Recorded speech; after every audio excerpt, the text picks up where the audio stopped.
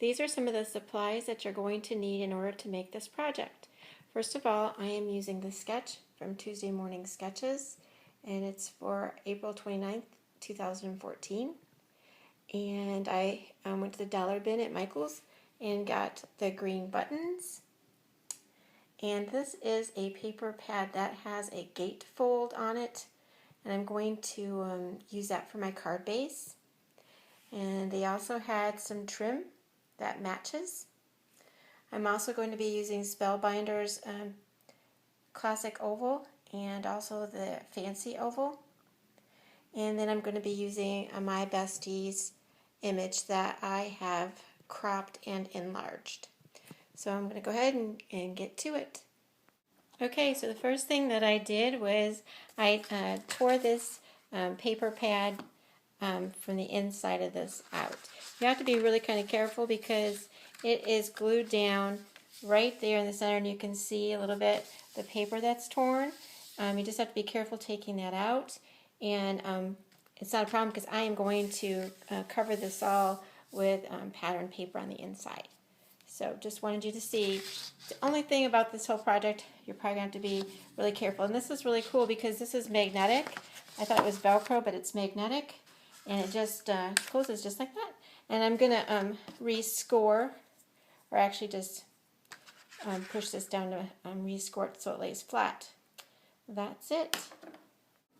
Okay, so I'm a little bit closer to finishing my project, and what I decided to do, because I took that center out, is like I told you I was going to line the inside, and because I put ribbon or trim on the outside, I am also another reason why I want to put this on the inside. So what I did is I traced around that, and I scored it in the places that needed to be scored, and that will cover up the spots that I need to be covered up, and it'll give me a little bit more stability for my card.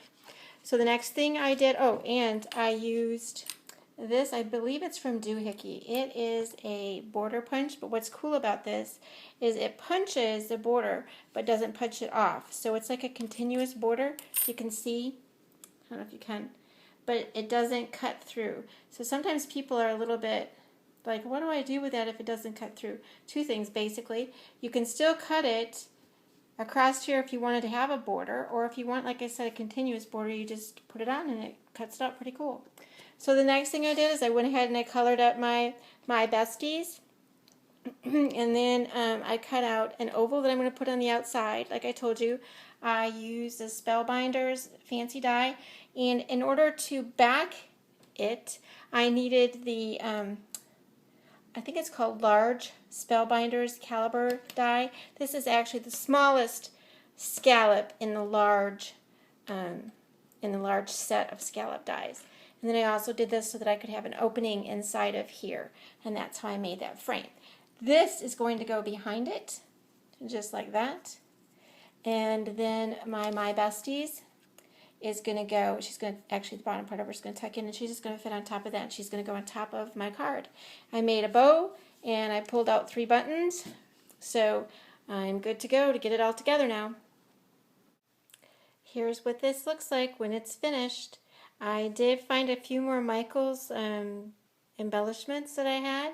The white flower right there was also in the dollar bin, or the $2 bin, not sure which one. And then I also bought some of the gems, and I just put those on top of the buttons.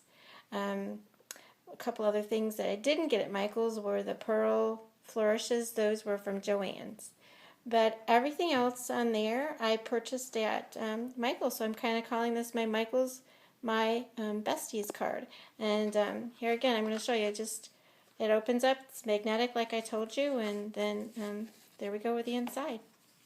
So I hope that inspired you to make your own, and that's it. Thank you.